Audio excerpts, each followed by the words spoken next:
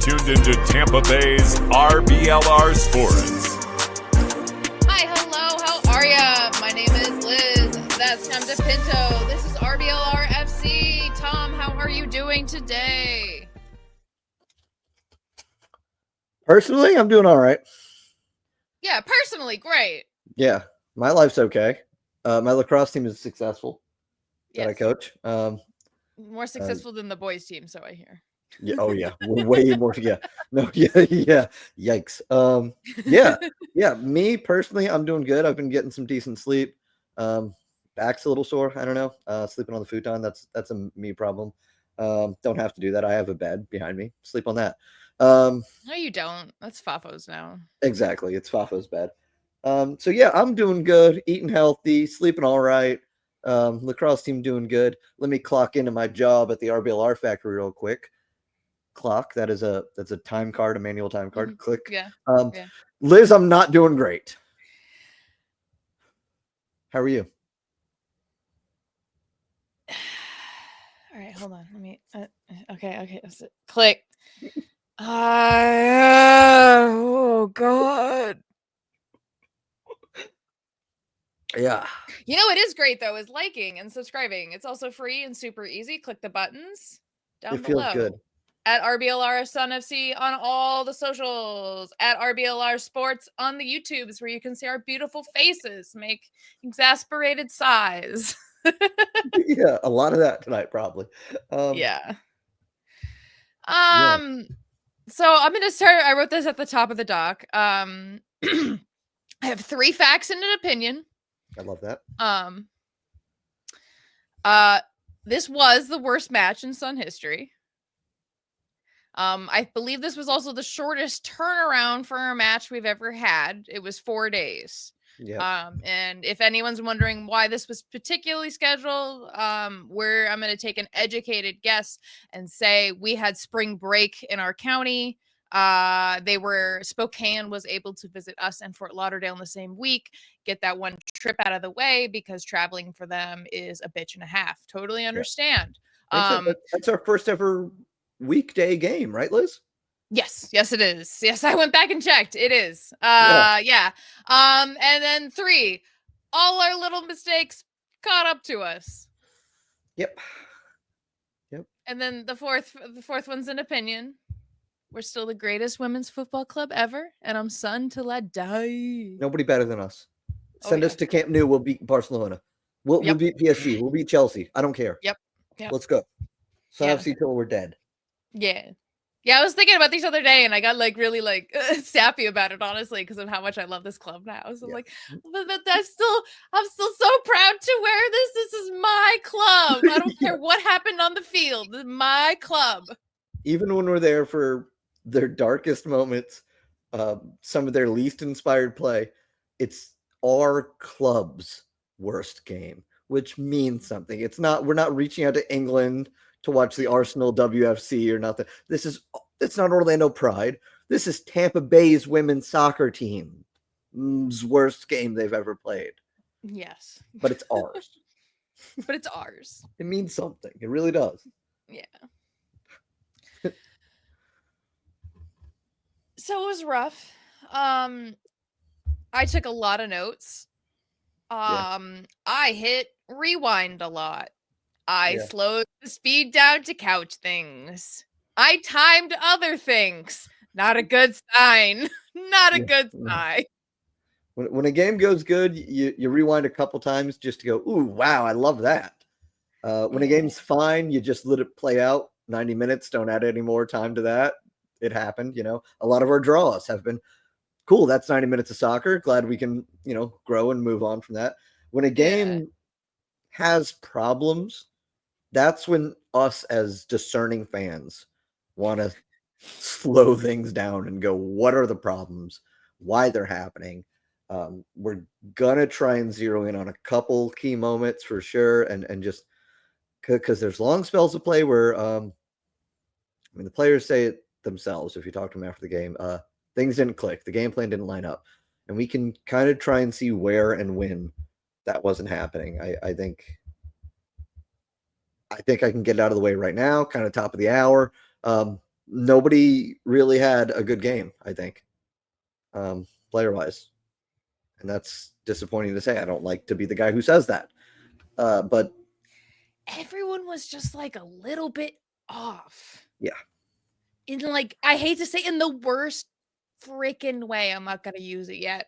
But I'm 5 minutes in. That's way too early. Way too early. But everyone was just like a foot off, a step off, a something off. A second off. Yeah. It's a lot of things that weren't congealing, weren't gelling that normally do. I saw more shrugging and exasperation out of the players than I've ever had. Like it seemed like individually, you got there as an individual to play a sport. Even on a bad day, you have an idea of what you want to do as an individual. Obviously, it's the coach's job to impress the game plan for the team as a whole. And I think they all understood there was a game plan. I mean, you're a pro athlete. You should understand that. And you also come out and know what I want to do personally. How do I contribute to the game plan? How do I do my skills, achieve my personal goals? And I think they knew that maybe better than how does that reconcile with everything else. Because they turn and play a pass and there would be no one there. And it'd be, oh, okay, what's that? Or they turn around and look for help and no one was there. And it seemed like things weren't on the same page. I don't know if it's because of that quick turnaround, because it's a Wednesday game, something we haven't dealt with before. It feels a little goofy to blame it on the timing. You're a pro athlete, you go out there, you play your game. That's all it is. But so much of it is almost ritualized, where this is how I go about my week. This is how I go about my day. When it's different, it feels different. So you can't say it's the worst game we've ever played as a club because it's the weirdest day we've ever played on. Like, come on. But it's got to be a factor. We got to examine all factors. Yeah. No, and I understand that. And I hate to point out some players and others. It'll happen. Some of our older players maybe can't recover as quick as some of our younger players. And I am not pointing or naming names because that's mean and I don't like doing that. Because we'll get to it later. But I get that maybe that's why some players were in and some players were out, but it kind of showed on the field that whatever DSP's formation was, whatever the plan was, it was not clicking, it was not working. And I 110% think it's part of the fact that Giamona didn't start. One of the commentators said it before the game started. 14 of our 15 goals have been scored by a combo of Giamona, Flint, or Flo. We did not have Giamona on the field starting. Yeah. She is that beautiful key in like the center not midfield. What is she? I'm so bad at center mid. Yeah. Okay. Yeah. Okay. I know what I'm talking about. Yeah. She plays a little bit. She likes to get the ball forward a little bit more than say a Listro or a Moore. Yeah. She's this she's this beautiful connecting piece from the back line to the front line, and we need her. Yeah. We need her. Yeah. And I get rotating players, you have to do it at times. But if you look at this entire season from game number 1 back in 2024 till this past game just now, it's kind of poetic in a way. We went out in that first ever game for the team against Dallas. Amber Brooks, that horrible demon, purposefully injured Carly Giamona. Not purposely. I'm joking. But yes, for legal purposes, for legal reasons, yeah, that is a joke. Minecraft. So Giamona gets hurt early in that Dallas game, has to come off, and nothing clicks for the rest of that game.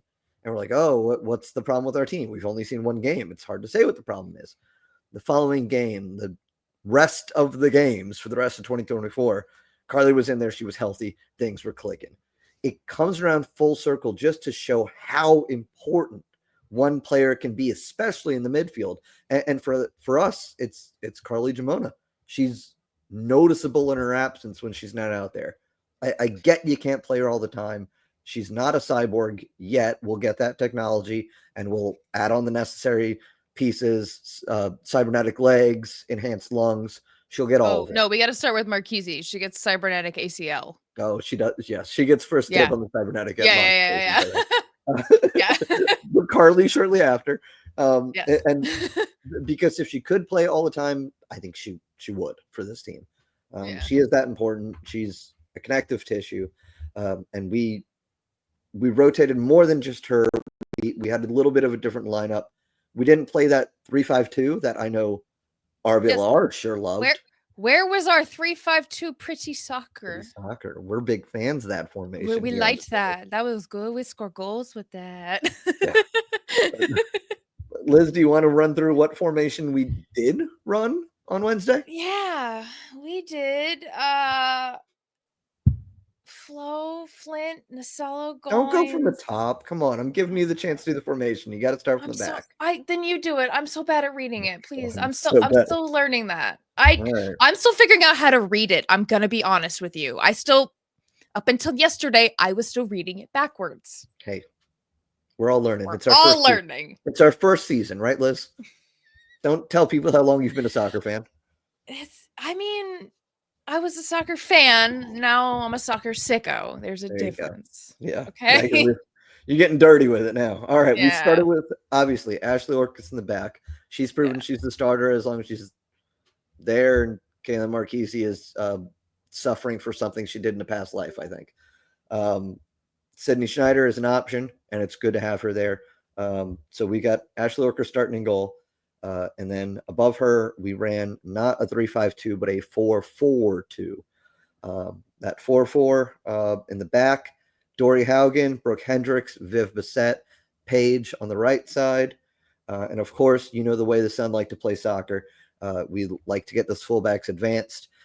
Paige, much more so, I would say, than Haugen, had freedom to get upfield along the sideline and join. Paige was real active all night, and she used that freedom to carry the ball, to find space, to create space. So that's our back four. And then across the middle of the field, Sydney Nasello on the left, but she turns up everywhere. A little more contained in this game than in previous games. I think Spokane kind of game plan around her, right? Yes, I have thoughts about that too. Yeah, I love that. Nasello as the left winger, Jade Moore and Andrea Hochstadtier in the middle, which is a little bit different. Hochstadtier didn't get the start previously, and Parker Goins in the Jordy Listro spot. Yeah, in the Jordy Listro spot, and then Parker Goins as the right winger midfielder, which is definitely a bit of a different look. She's a forward typically for us for Louisville for playing soccer.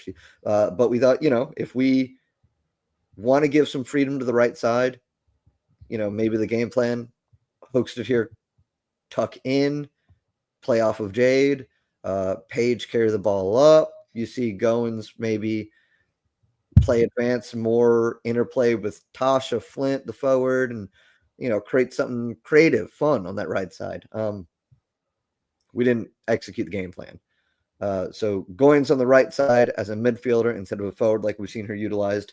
And the two forwards, I say two because that's how they identify the lineup, but it was less a 4-4-2, and I felt more of a 4-4-1-1, which is splitting hairs. But when you see it, I think you get what I mean. Now that you say it, yes, that clicks. Yeah. So the two forwards, quote unquote, were Cecilia Flew and Tosh Flint. And when I say 1-1, I mean to say that Cecilia was playing way super high, and Flint was playing in the middle of the field, in the midst of the midfield sometimes, kind of, especially outside of possession, kind of dropping back as I feel like she was trying to do the Giamona spot almost. Yeah. She wanted to drop into the midfield and connect the ball to, say, Cecilia, or say to a Parker or a Sydney on the wing. And I don't know what the game plan was, because I'm not in the locker room, and because this isn't a lineup / formation that we've seen too much of, but you could tell whatever it was, it wasn't happening. There was a lot of disconnect. I mean, for both teams early on in this past game, it was shaky. Nobody could figure things out. But the shakiness for us lasted much longer than it did for Spokane. Yeah. Yep. All right. You want to get into the nitty gritty of it, Liz? Yes, the first significant thing that happened in this game was in the 6th minute. You can hear the heat waves so freaking good. We sound amazing. Woo! Go back and listen just to hear us. Yeah. Because we were trying so hard. I was Really, watching- we had the same moment where we both look up and we were like, "Oh, heat waves sound good." Yep. you could be half watching the game for the first 6 minutes, but I guarantee you, at 6 minutes, you go, "Whoa, oh, all right, sounding good." Yeah, Tampa Bay. Yeah. Hey, we are more than allowed to toot our own horns once in a while. Okay, we're the RBLR podcast co-host, and we also co-host the heat wave section during games. We okay? do. Yeah. So we felt good about, we felt good about our performance. Yes, as the heat wave, phenomenal performance. We had all the smoke for all the colors of Pride Night. We had all the flags we needed. We we're on point. Everybody was in full voice. Yes. So that's good for us, and that to be fair, continues throughout the rest of the game. I think the supporters group sounded very good the whole game. Man, when you were 6 minutes into a recap of a game and going, the supporters sounded good, was the player of the match. Yeah. We can't go doing that yet. Okay. My bad. Yeah. I'm deposing you as Miss Heatwave if you start proclaiming. No, don't tell everyone. I think I've definitely outed myself before this. Come on now. Yeah. Yeah. You noticed more. I guess I didn't start paying attention until the 13th minute because I was bored because I literally just put a meme. So yeah, you did, which it's very funny. But yeah, it's I think what happened about 10, 11 minutes in is kind of indicative of what's going to happen for the rest of the game.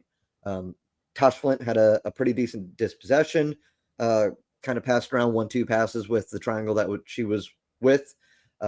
Moore played a banger upfield for Cecilia, who, and then I quote the commentators, "There's no one there." There's gonna be a lot of "there's no one there." There's gonna be a whole lot of "there's no one there." Oh, that's bad. On long balls, on passes back, on short passes to the side, you name it. There was rarely someone there in a way that we have not experienced as Tampa Bay Sun FC fans. Yeah. Yeah. I hate to say it, but yeah. Yeah. Yeah, and then around the 13th minute, I was bored, and I have that come on, do something like poke meme because nothing was happening. Nothing was happening. And then the 15th minute, I should have just been grateful that nothing was happening because too many things happened. Hawksotter was not on Amina Ekic, which seems insane to me because I feel like the first thing you do when you're reviewing Spokane is be like, this is Amina Ekic. And then you go to Hawksotter and be like, this is your mark. You never leave their side. You are on them like glue. Yeah, you find out what kind of deodorant Amina's wearing tonight. Yeah. What shampoo did she use? Find out. Yeah. So I don't know if that's tiredness or what. It's a little crazy to me not being on Amina Ekic, but I think it's Ekic. Ekic? Oh, my bad. Apologies. The accent mark.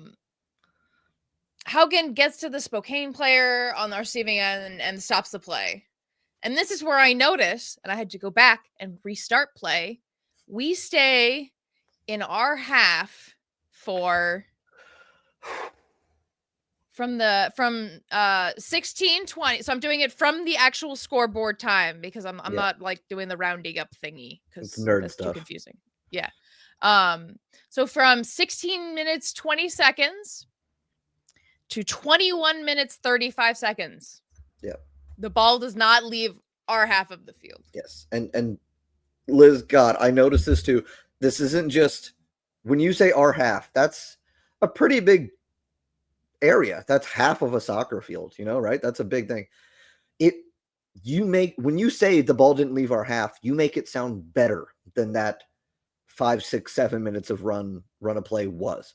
The ball barely left our third. It barely left like our 18-yard area.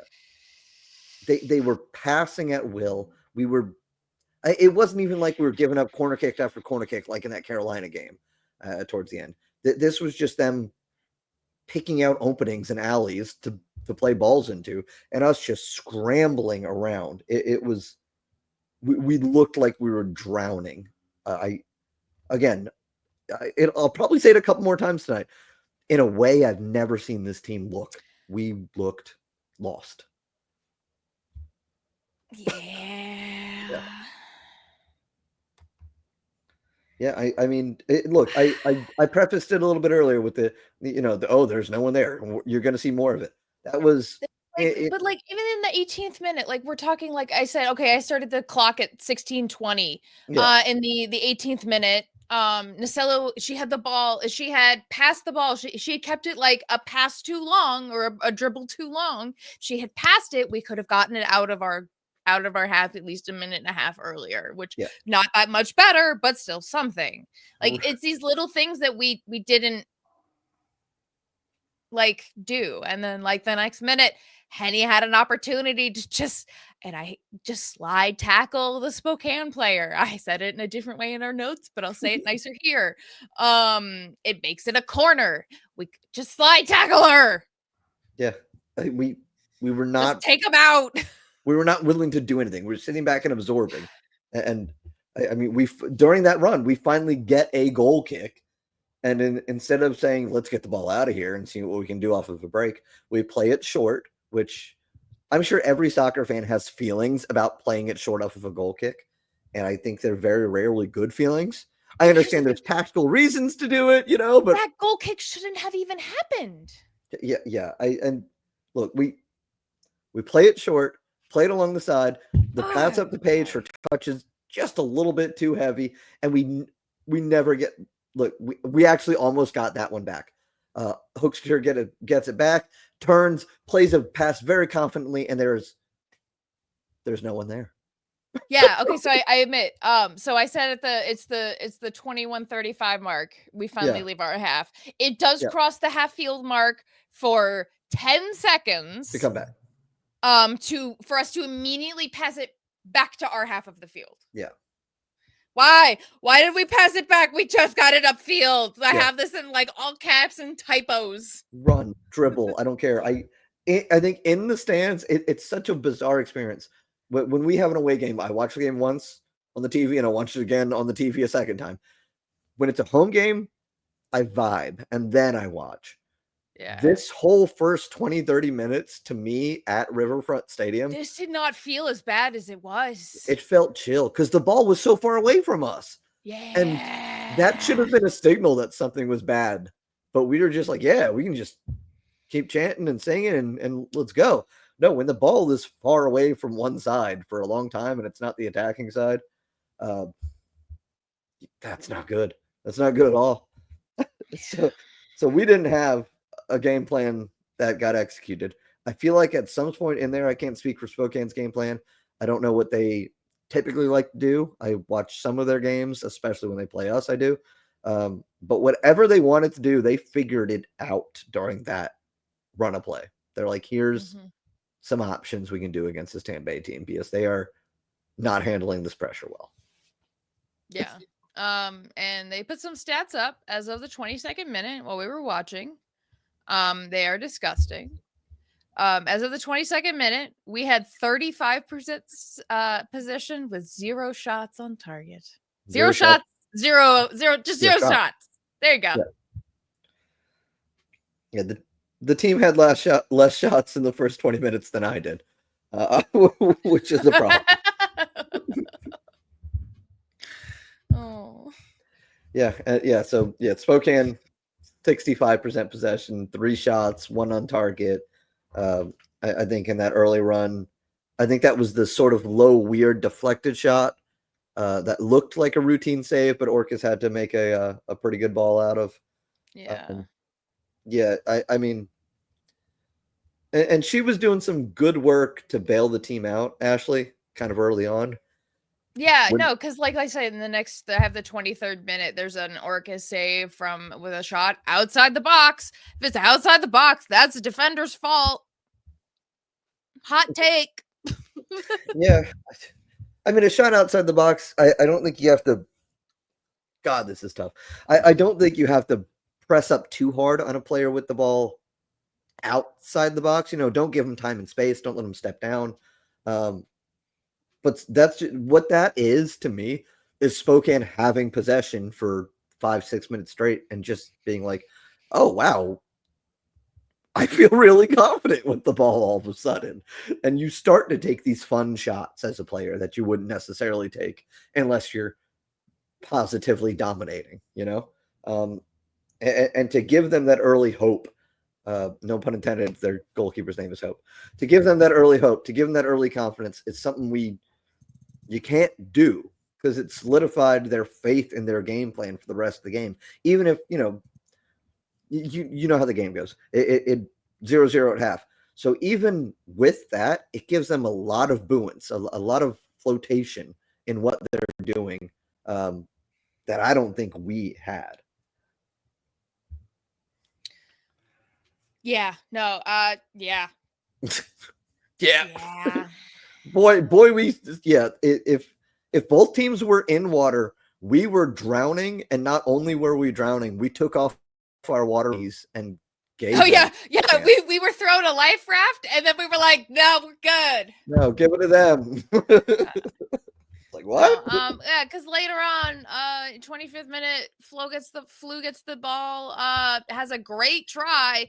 No one is there, which is the theme of the night. And it is the theme of the night. No one is there. The commentator's curse is so real, but it's usually just like, oh, you say the name of a player and they end up not doing that well. The commentator's curse. Now, the commentator's curse can be like a tragic omen too at times, where they can say something in passing, like a bird flying by, and not realize that bird is a crow signaling a crop failure. No, and we're an albatross. It's an albatross in our case, because we're right on the look, water. There's more bird metaphors than just the albatross around your neck. All right, Liz. Don't come at me about bird. I'm sorry. I didn't mean to get so aggressive about bird metaphors. Okay. But when they said earlier, I literally only know it from a Taylor Swift song. I'm so sorry. I didn't mean to offend you. Pause the video. Liz, everybody listening, pause the video, pause the podcast, go read The Rime of the Ancient Mariner right now. It's one of the finest poems ever written. I will do that. I have homework. She didn't. Okay. Taylor Swift did not come up with the albatross. I'm well aware she didn't come up with. She does not invent a lot of things. I'm very aware of that. Jesus, people think I think she's like the crazy. She's invented all of these beautiful. And like, no, she's copying a lot of people. Everybody's copying everyone. Come on. Oh. She's right behind you right now. I'm aware. All right. We gotta dig ourselves out of and this. Speaking of, because I forgot to do this earlier, I apologize to our super producer. You can see that she's right behind me if you subscribe to our YouTube. Oh man, you can see that Tom is absolutely losing it right now. Please subscribe to @RBLR Sports on YouTube and @RBLR Sun FC on all socials. Yeah, did I really got you with that one? Yeah, all right. Wow, I'm proud of that. We're tied now, right? Yeah. Yes. So the commentators could not have been more right about whatever bird was flying overhead when they said there was no one there. Because you're right. Flu got way high up there and got that ball, and there was no one there to help her. Part of there was no one there to help her is, to me, she was super far up. She was that one in the two forwards. She was the lone striker, Yeah. And I rewound this moment a couple times to try and figure out what was going on. The second highest player, obviously, was her attacking partner. I'm going to put that in quotation marks if you're watching, because there was not much of a partnership. But her partner, Flint, and she was well behind the midline. So when the ball happened, the fastest player on either team would not have been able to catch up to the play in time, I think. Yeah. It was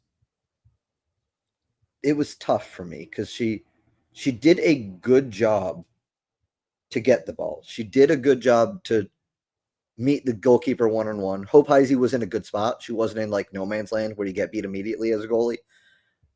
She came out at the right time because you got to go out as a goalie. You can't sit back on your heels. She went out. She got beat clean. Flu made a really nice move to get around her. And then Flu immediately shot.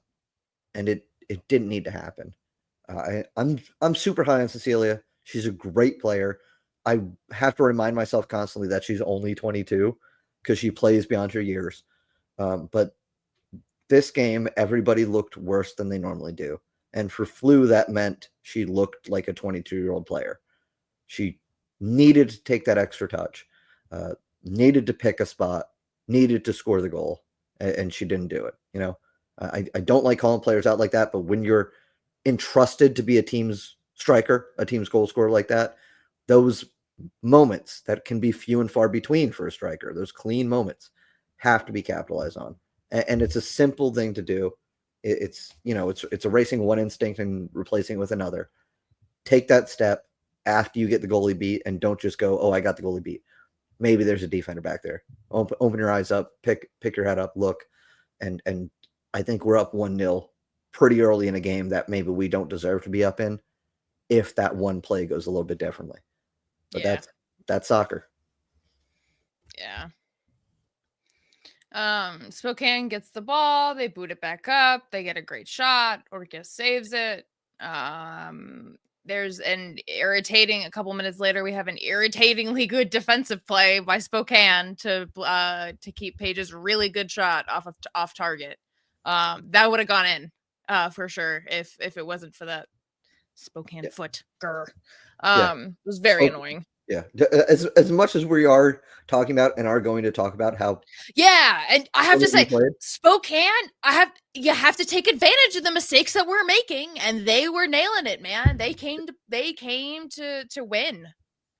Yeah, they balled out. I mean, we can skip ahead, like not in the game, but in the week. Spokane came to Florida to play. They went to Fort Lauderdale and drew 1-1 against what is now the top team in the league, Fort Lauderdale. Spokane showed up in Florida for spring break. They did not take this as a vacation. Nope.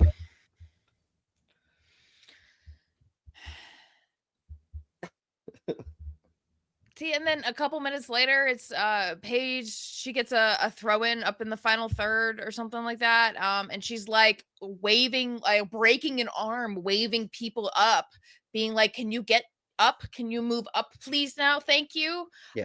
And we need that. The reason we needed that was, I think, is because we didn't have Giamona to be that link. Yeah. I think Liz, I think you've made a sound tactical assessment of our favorite professional soccer team. I'm learning. Yay. Yeah. We really did. Yeah. Liz, isn't it crazy? How long have you been watching the Rowdies and you like have good opinions about the Rowdies, but now finally it's a women's soccer team. Now I'm analyzing them. Yeah. Now no offense. Now I care. Exactly. Right? I cared before. I just didn't do a whole podcast about it. Yeah. This is a diseased level of care that we have right now. But yeah, you're absolutely right. Not having Giamona there, and I understand you have to work with her on a day-to-day basis, see how she's doing in practice, see how she's feeling, rotate her, make sure she's fit, make sure she's going to play good when she is out there. If she didn't feel comfortable playing, if DSB didn't think she was like fit, I support. It sucked that she couldn't play. I support that decision, obviously, because player health comes before everything. Yep. But it blew that we don't have a backup. Yeah, we don't have a backup plan for that works. Right. That's a problem with the type of player that Carly is, though, is you can have a backup goalie because they've got to do one thing. You know, I'm not demeaning goalies by any means. That's what I play when I play. You can have a backup striker because they do one thing. You can have a backup left back, a backup right back. They do one thing. But when you need that creative attacking midfielder, it's really hard to have somebody who's going to do that same job just as well because they're already playing for another team. So when you don't have that connective tissue, that playmaker in the middle of the field, the game plan and the formation has to necessarily change. You can't have the 3-5-2 if the middle midfielder, the middle one in the 5, isn't going to be the person you need it to be. Yeah. So, you know, and you could see everyone was trying to fill in that gap. Like everyone, Tosh was trying to fill that in at several points we talk about. Yep. Yeah, it's frustrating because then another minute later, Paige has the ball again, and there's no one around for goddamn miles. Yeah. Wow, the word is gone. Yeah, that's us giving Paige all of our right backs from Stouty to Zaid to Paige. All of our right backs have always had that ability to go way far upfield, kind of, be a third forward essentially. And when things aren't linking up in the midfield, whether that be because Jamona's not in or whatever it is, when things aren't linking up, having players get super advanced won't work because they're too far up there. We've seen it a couple times. Yeah. And like Goins she doesn't get a good shot until the third. She doesn't get a good touch until the 33rd minute. Like that sucks. Yeah. And I don't necessarily blame her. I think your note is spot on. You don't think she's in the right position. You don't think we're using her correctly. Yeah. You say she didn't get a good touch until that long. That's not to imply she had bad touches before. She barely was involved. I think she's probably fairly uncomfortable as a right wing midfielder. Yeah. Especially as and it was a great shot. It had a teeny bit too much on it, but like that's the kind of stuff we needed. That was a shot. Yeah.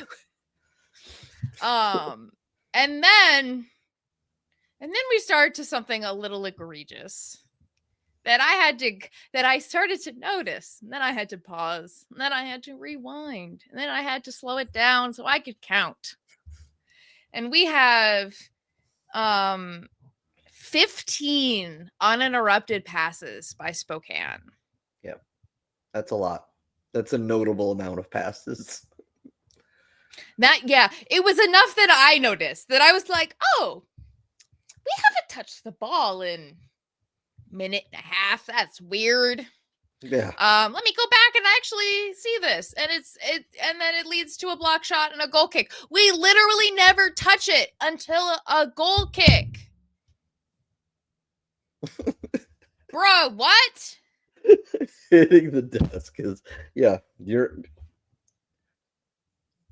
we got to use this as catharsis. We were exhausted. We were tired. Something. I don't know, man. I was tired because I just left work. It's a Wednesday. What's everybody else's excuse? I mean, their excuse is they just played a game on Saturday, and I get it. Yeah. It sucks that our fill-in goal game plan was like not happening. It didn't seem. Yeah, we keep referring to the fact that the players didn't execute the game plan. God, you got to wonder what the game plan was. With this lineup. You really do. 15 uninterrupted pass. It doesn't sound like a lot. If you go back, it starts at like the 35th minute, I want to say. If you go back, it's our, don't worry, it's in our half of the field. Yeah. And it goes on for an eternity if you're a Sun fan. Yeah. 5, 6, 7 minutes. An eternity. Yeah. Earlier in the game, 5, 6, 7 minutes of pure possession for the other team. 15 uncontested passes. I mean, it's tough. We didn't look like we wanted it too bad. Which, as I said, led to the block shot and goal kick. Okay, and then this was the 37th minute, and the third time, Paige has said, "For the love of God, move up the field. Yeah. Please, I am begging you, move up the field."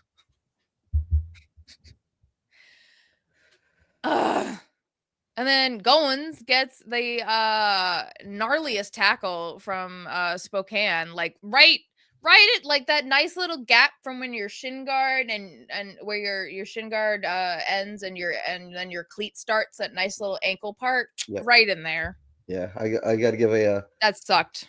I got to give a shout out to Katie Murray for that tackle. A Spokane player who hasn't before the Super League season. Katie Murray hadn't played a pro match since 2022. And when you have Katie, look at me. When you have a touch that bad and you go in studs up to challenge for the ball, I kind of get why you haven't played a pro match that long. Boom, get her. Yeah, I didn't like that. And that probably took Parker out of the game a little bit more than she wanted to be in, because she was trying to get herself into it. You could tell. Yeah. And that sucks, playing a weird position for yourself and getting your leg blown up. It's not a fun combination. Yeah, we get the ball upfield. Nacello's got it. Again, no one there. Theme of the night. She's looking for the quick short pass, the interplay, the 1-2. No one's there for her. We know the type of player she is. No one's there to help her. No one's there to help anybody almost this entire night. Paige gets Paige, and after that, Paige drops all the way to the left side to break up a breakaway, because that's where she had to be, because we were so far advanced and we didn't. That's how we have to do things. Spokane gets another good chance right after that. Henny and Paige team up again, snuff it out, and Viv Bissett plays a absolute banger of a long ball that drops right behind the defense in a horrible position for Spokane to deal with. And number 13 doesn't deal with it well. She deals with it like a young player would, and allows Spokane to come up with a stop. So it's a tough way to end out that half. God, I don't want to spend too much time on the first half. We're 40 something minutes into the show. Yeah, but you know what? Yeah. It was bad. Okay. We did not finish the first half, sir. I have more notes. I know we didn't. Exactly. All right. This one physically pains me to call out. Henny had the worst touch I think I've ever seen in my entire life. For a defender, where she takes an extra step for some godforsaken reason and then kicks it towards the goal. Cute idea. Cute idea. I as a defender, this was pointed out to me. Like, normally you don't let it drop. You would just boot it. Yeah. It was uncharacteristically cute from Hendricks, I would say. It wasn't very Henny. It was weird. Yeah, I think it was falling at a weird rate, at a weird distance. I'm sure she considered the boot. I think number 33 for Spokane, whoever that was closing in. I don't think she was going to quite get there. I think there was room for the big clear. But instead of doing that, she kind of did the outside of the boot scoop to the outside to just let it go out for a corner kick. But I would say she was not where she thought she was. Mm-hmm. Because it did not go cleanly outside. It banged off the post. Yeah. Which is terrifying, to say the least. But we got away with it, at least for that moment. So we go into the half, shaken but not stirred, 0-0. Nobody's punished us yet, even though we probably deserve to be. And we haven't found any openings. And let's just get through this second half. And it sounds weird to say let's just get through this second half because this is where all I three goals I are have going, less notes you know? for the second half, I think, than I do the first half. You do, and I do too. So it Yeah. feels weird to be like, oh yeah, and then the second half was kind of whatever. When that's when all three goals in the game happen. Yeah. For a 0-0 half versus a 2-1 half, I thought the first half was a lot meatier. You know, the second half was It poetic. certainly was a lot more exciting, Yeah, it was. to put it politely. It was a lot more clean, a lot more streamlined. If you're not a soccer fan, the second half is great. If you are a soccer fan, that first half, there's a lot there. There's lots of exciting stuff happening. Yeah, but yeah, the excitement starts fairly early in the first half or in the second half. We take Jade Moore out and we get Jordan Listro in. Yes. I got nothing against that sub. I think Listro came right out. I think we like Listro and Moore together. You know what? That's a good take. I think they are a dynamic duo, and we should keep them on together. And I think we should have taken Hawk's daughter off. Yeah, she looked like. I think Andy works a little bit better with the players who are out there later in the game than she does with the players who are out there sooner. Yes. So to have her out there sooner is a little bit different. Yes, I Yeah. Listro coming on. I don't like to be mean to any player. No, and this isn't being mean. I mean, like, it's not to say like, oh, you can't. No, I know. I just you can't sit with us. You know, no. Yeah. You are a great player later in the game. She's getting called up to the Atlantic national team. You're not going to hurt her feelings, okay? Okay, fair enough. Good point. Yeah, some podcaster is not going to hurt her feelings. Yeah, Good point. So, but I do like Listro coming on. She brings a little bit of composure. She soaks a really hard shot. You know what it is? She's just a little bit more aggressive. Than Hawk's daughter, and maybe that just comes with experience or something like that. But she's just a little bit more aggressive that we need, and you can see it because she gets like a turf burn almost immediately. Yeah, she got ripped by a shot, like a hard one, and just soaked it, absolutely ate it up. She whatever she's doing is working. But the excitement, besides the sub that we've all got opinions about. The excitement starts fairly early in the 52nd minute. Spokane had a corner kick from the riverside of the stadium that went in the net off of a header. But I think it was interference they ended up calling it for. Because that was it was Yaskinik. We're gonna settle on. She was kind of doing this thing all game on the corner kicks where she would get extremely friendly with Ashley Orcus. Very much be up in her grill. And she jumped up, kind of leaned backwards, got her head on it, tilted it in, and the referees decided that was enough to interfere with Orcus's ability to get to the play, which I am so glad that they decided, because in the heat of the moment, that could go either way, you know.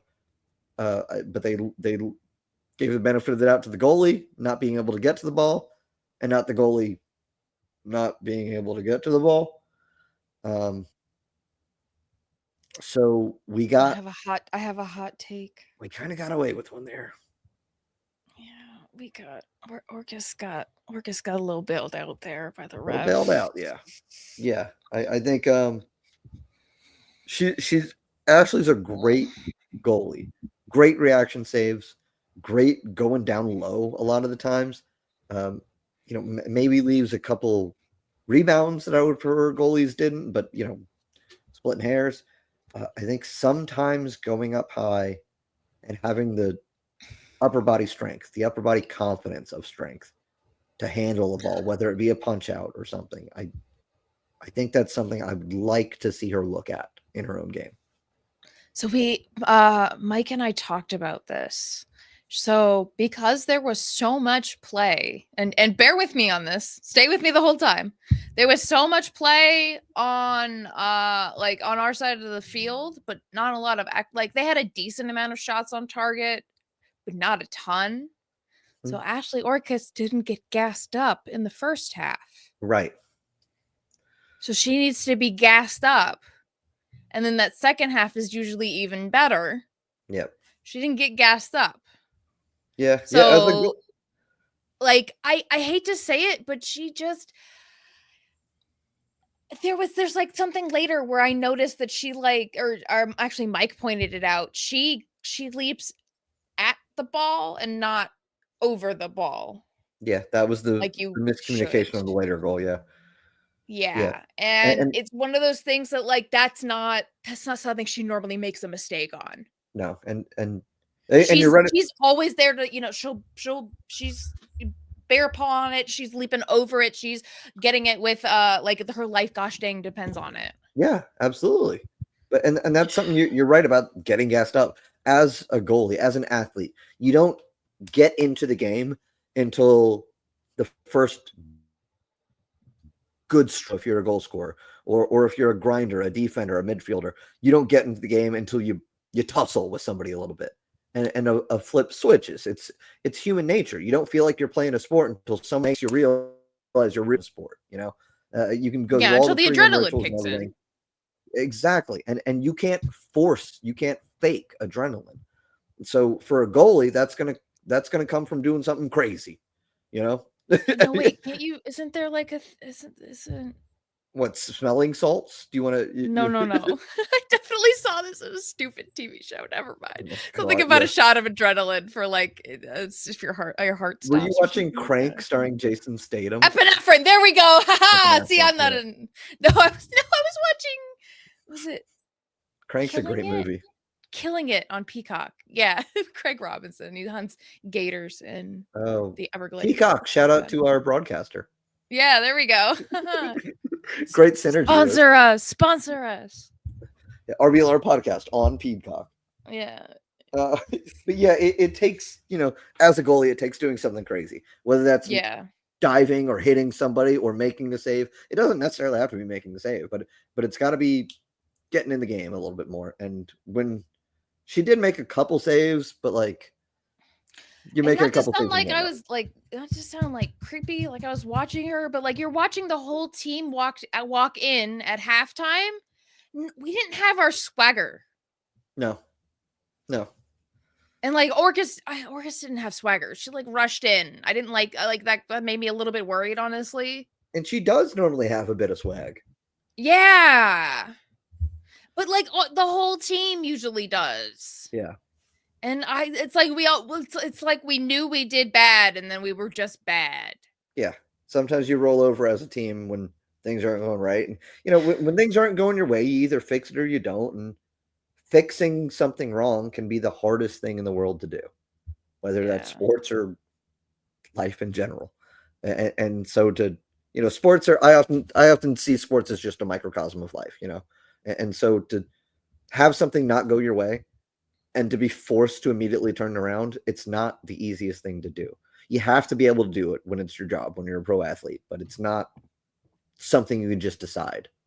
And when Spokane comes in with a game plan and everything's smooth sailing for them, essentially, as it has been, that makes it even harder. But you're right. We did not have that swag. We did not have that drip. We did not have that joie de vivre that the Sun typically play with at home. And I think any chance of having it was beaten out of us in the first 45. Yeah. All right. So this first goal, there's a lot of things leading up to it. I have a paragraph of notes for one goal. All right. So Haugen passes to Orcus. Orcus passes to Henny. But it was a short pass to Henny, which was just odd. Henny was too close up. The ball bobbles. And a Spokane player just basically zooms in and grabs it. It was just an odd, there was no reason to make a short pass in that moment. And there was no person that it would have been a good idea to short pass to. Yeah. Yeah, they both. So, it's frustrating. The Sorry. ball bounced weird, and then they both had to kind of pounce on it. Orcus and Henny, Yeah. and And Henny then, gets there first and just tries to kick it. Orcus is going to grab it, as a goalie is entitled to. But the fact of the matter is, she goes to get it. Henny gets her foot on it first. They're both kind of tumbling a little bit. Orcus gets up and takes a second to go, "Hey, are you all right? My bad. We're cool, right?" When in all reality, I'm being a little harsh on Ashley, and I'm only doing it because I love her. I'm doing it because I know she's better than this. I'm doing it because I'm a goalie. I'm doing it because I'm familiar with these types of mistakes. She stands up from the miscommunication with her defender and says, "Yo, my bad," and then starts backing up to her line. An incredibly heads-up play by Taylor Aylmer on Spokane saw that this is pro sports, top flight women's soccer in America. Our goalie took her eyes off the play for 1 second to communicate with her defender, and that is all Taylor Aylmer needed. Okay, she chips it. I mean, if Ashley had been in the right spot, if she had been on her line, it would still be a hard save to make with how good of a chip it was. It was a class shot. It was super heads up, super intelligent by the Spokane player, Taylor Aylmer, but it was also shockingly poor by us in the back end in a way that we don't do, in a way that does not make sense for us. Yeah, that it sucked. Like you said, honestly, even if she had been in the right spot at the right time, it would have been a hard one to really get your whole hand around. Yeah. To save. It was tucked right into the post, very high, came down from a sharp angle. It's not a fun save to have to try and make. I don't care if you're backing up to it or if you're running onto it, which makes it easier. It's not easy ever. That's a tough shot. Hats off. She should have never gotten the ball in the first place. Yeah. This is the problem. Yep. So things do pick up a little bit after we go down 1-0. I think the team finds a little bit of urgency, right? Yes. Yeah. Finally, yeah. It's like we were in the house that was on fire, and then we finally realized it was on fire, and we should get out. We gotta go. Yeah. A beam just fell. We gotta go. Yeah, time to leave. Yeah. Nacello, she tries. Spokane's defense is just fucking on it tonight. I'm just gonna use it because we're an hour in. You're right. They were on it. Yeah. They Spokane deserves it. So yeah, you know what? For once, we're using the F-bomb on how good the other team was. That's what this was. Yeah, shout out Lizarsaurus in the USL Super League Discord. Yeah, but they were just that good. They dealt with the next couple hair on fire, chicken with our heads cut off chances we tried to generate. 66 minutes, we do get Paige off for Jamona. Praise the Lord, we get Jamona back. Yep, too little too late. Jackie Simpson also comes on for Dory Haugen. I think she's a sound defensive player, Jackie Simpson. We talked about her before on the show. You don't want to have to talk about your defenders too much as a podcaster, I think. So Simpson's doing good work. She's she immediately gets involved. She gets a good touch off the corner, pretty high up. Just has a go at it, which is something I frankly didn't expect out of Jackie Simpson. But I guess she's got that in her bag. I like that fire. That's good. Yeah. And I mean, maybe that's part of the in-game coaching thing where it's like, get in there and do something, Yeah.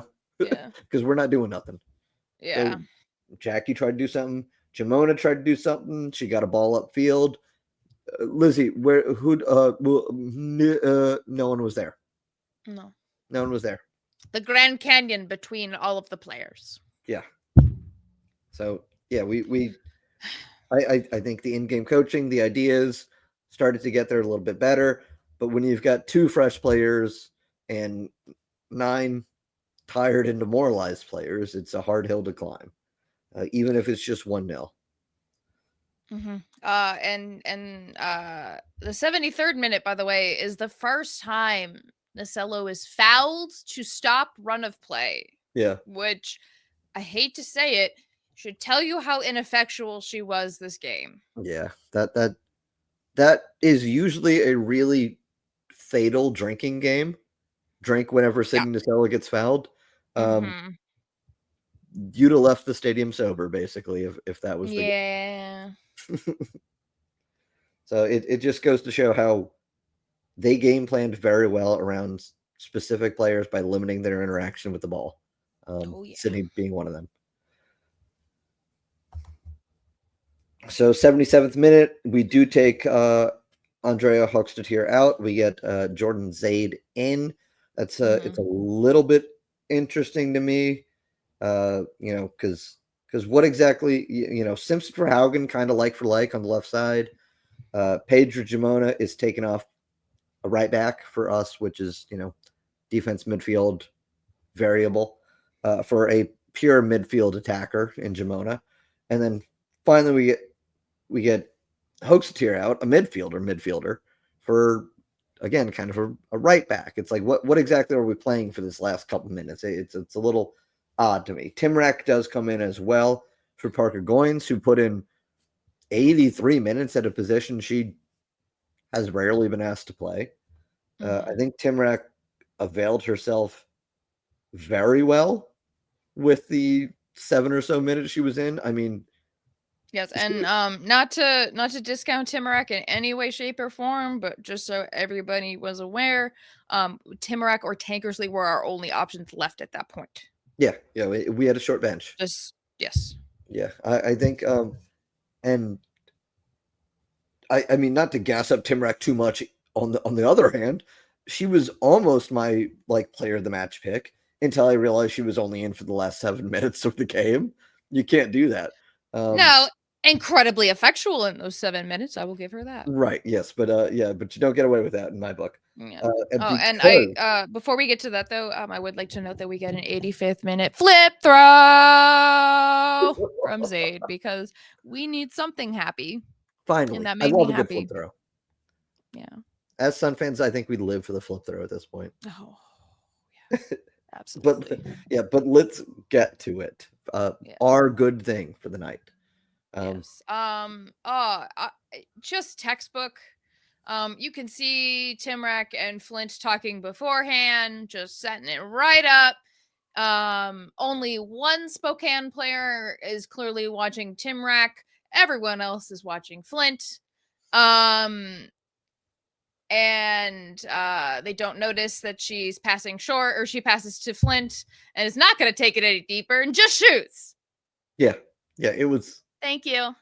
I mean, as heads up as the Taylor Spokane goal was earlier in the game, this is right there on par with it, I think. Yeah. It takes a level of experience, intelligence that Erica Timrak brings to this Tampa Bay Sun team that a lot of players don't. I think we are technically the oldest team in the Super League. I think that might have changed since the fall to the spring. But Timrak, oh my God. What a cool, smart, professional, impressive, suave play to immediately super quickly take that free kick and just lay it off to Flint. Pop it right in. Yeah. I mean, she looked good in the midfield. I mean, as good as Flint's goal. Look, Flint got the goal, and that's great. Timrak, God, that was cool. That's your goal. Not to take anything away from Flint, but I'm taking the goal away from Flint and giving it to Timrak because, man, yeah, yes, she's good, man. It makes me sad that we can't give her more minutes. It's the same thing like with Riley Parker finally getting her first goal this weekend. We'll talk into that later, but it's another player that was I want to see more of. Yeah, I really do. It's hard to find a place for all these midfielders that we have. That's why it's nice when we run 5 midfielders. Yeah. So yeah, things really did kind of pick up after that. We thought we had secured our return trip to Thailand. I thought the Tampa Bay Sun were back to what we were doing. We caught that express flight from TIA to Bangkok, locked up another point, and then several thousand people got their hearts broken late in the game by Allie Cook. Yeah, and I have to say, like, it's frustrating because, like, in the 90+1, Flint gets a yellow to she just fouls. She just tackles someone to make sure the play is stopped. Yeah. To try and really keep that. And then I hate to say it, but Henny misses a tackle, and that's just not good. Orcus catches a corner from that, but it's which is what should have happened at that offside goal, by the way, where she muscles people out of the way. And then Allie Cook scores. She out-muscles Henny. Like, I hate to say it, she gets past Henny. I think she was expecting help that didn't come. Yeah. I think But Henny's she's also sorry. She's a good player. I think she's smart for sure. I think she's one of the smarter players in the back line. Maybe the smartest on the back line. But I think she benefits from synergies, you know? When players around her know how she works and when she knows how her direct teammates work, she's 10 times better than she normally is. It wasn't it. She thought help was coming when help didn't come. So she didn't go in as hard as she, in hindsight, should have. I'm going to come off as a Henny apologist because I'm gonna. Look, I like her. She's tough. You can't quantify toughness, Eureka. You can't quantify toughness in a spreadsheet. But she's a good, tough player, and that means a lot on the back line. But when you're not sure who's over your right shoulder without having a look, it changes the way you play. And so she didn't go in as hard or as aggressive or as fast as she needed to. And in hindsight, I'm sure she'll agree. But Allie Cook got a great touch on the ball, drove in, caught Ashley in no man's land. And Orcus was backing up to get into a better spot because it all happened so quick. What a cliche. It all happened so quick. But that's how it happens. 90+3 in 3 minutes of stoppage time. That's how you lose games, dude. Yeah. Yeah, and I have a hot take. Saying that a lot today. I know. Henny should have come out at halftime. After that thing in the back. Henny should have come out either at halftime or she maybe shouldn't have started. That is hot. I'll give you that.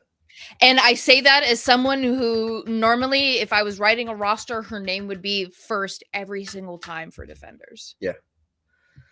This wasn't Orcus's match. This was not Henny's match either, man. It was. Yeah. It was nobody's. It was not a good game for us. Yeah. We deserved to lose. And we did. Yeah. Yeah. We did. On that note, you want to do players in the match? Yeah.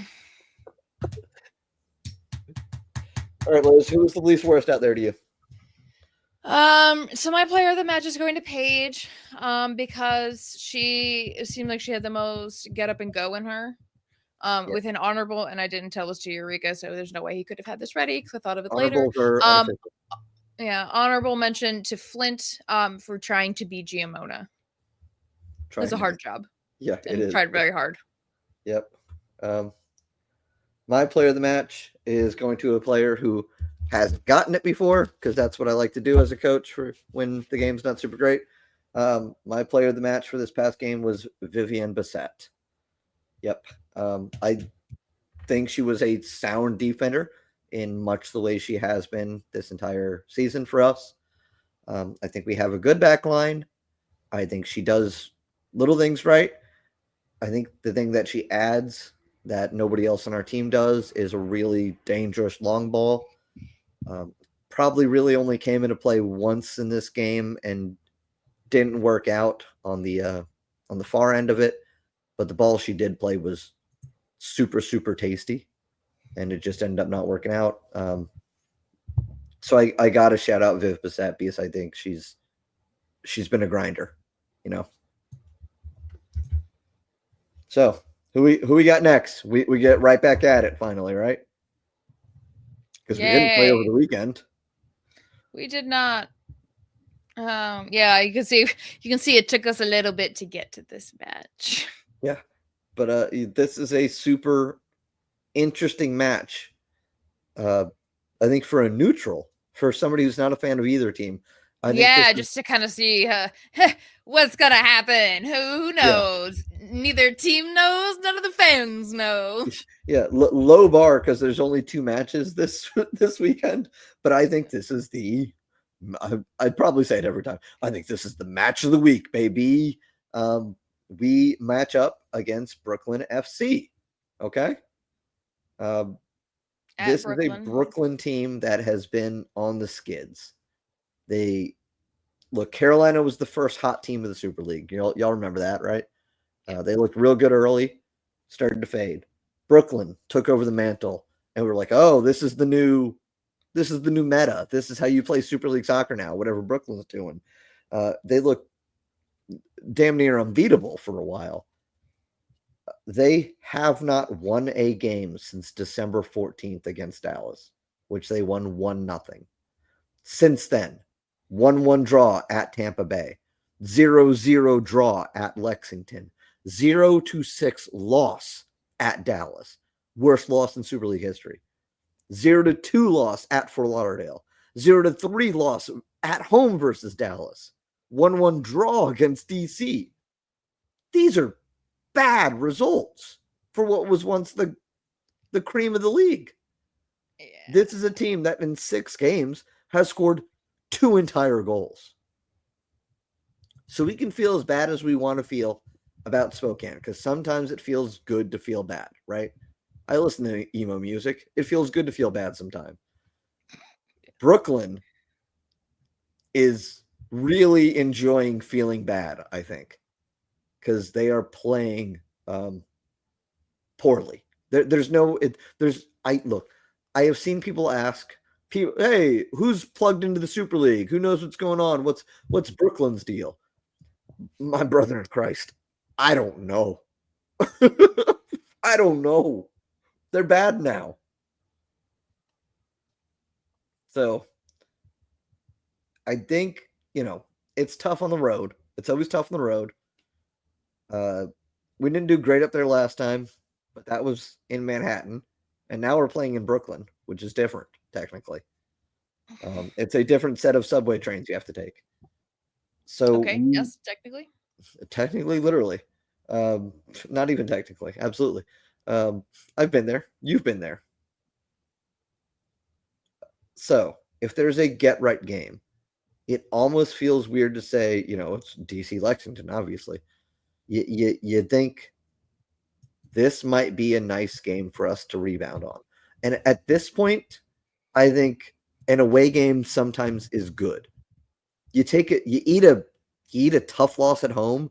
Do you really want to eat the same food at the same table again? No, you want to go out to eat, So we're going out to eat. We're going up to Brooklyn. We're getting ourselves some nice Italian meatballs. We're going to Coney Island. We're getting some Ukrainian food. We're going to where the Russian mob hangs out. And we are eating, apparently in my metaphor, we're eating some spaghetti and borscht. Because we're going to eat up there in Brooklyn on Coney Island. Okay. Yeah, I did that. We're going to win 1-0. Boom. All right. Unfortunately, I have sided with Sunrise, and I think we're going back to Thailand. You're no better than the robots. I think it will be 1-1.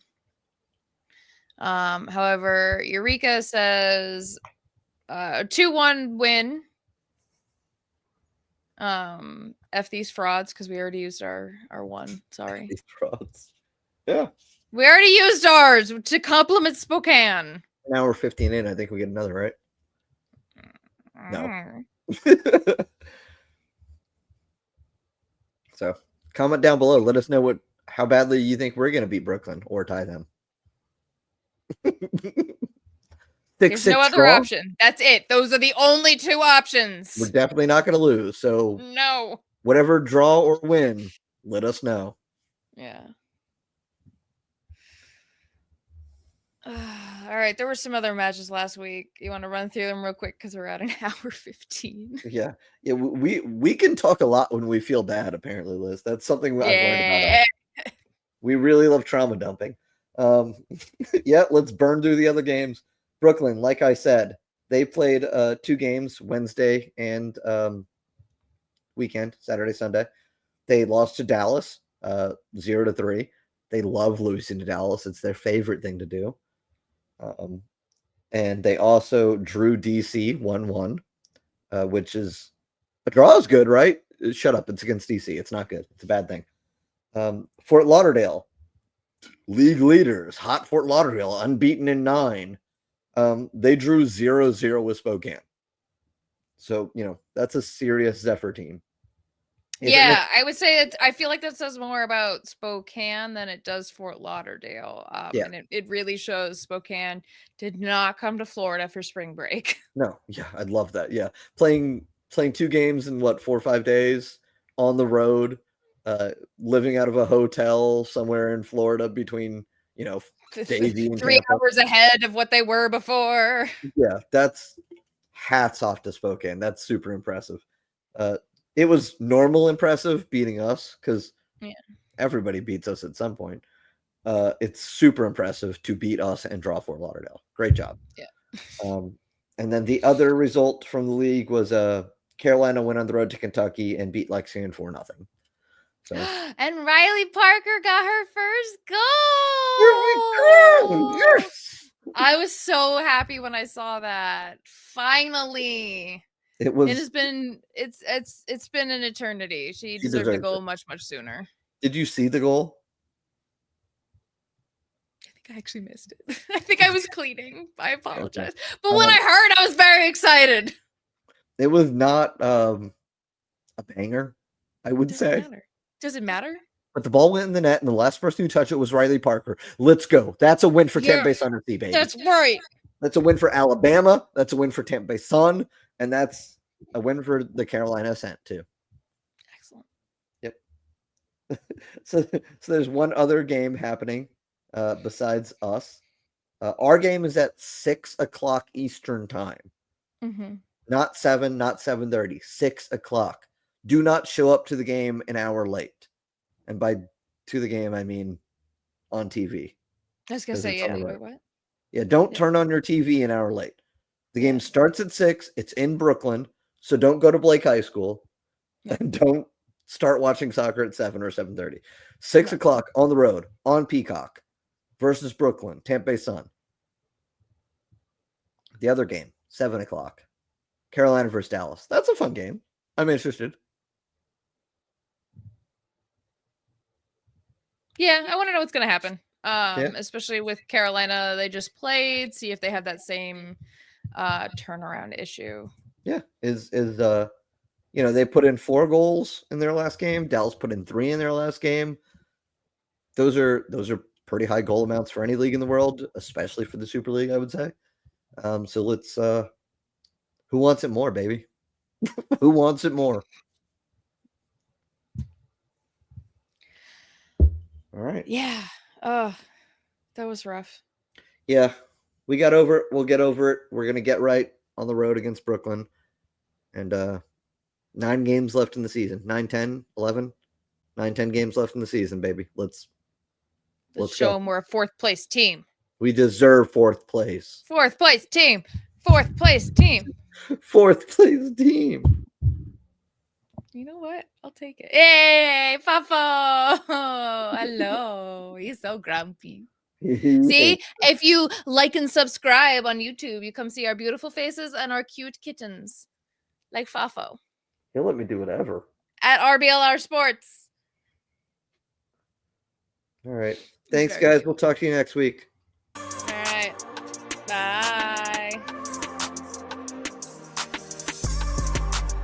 Thank you for tuning into this presentation by RBLR Sports. On your way out of the stadium, please remember to like and subscribe.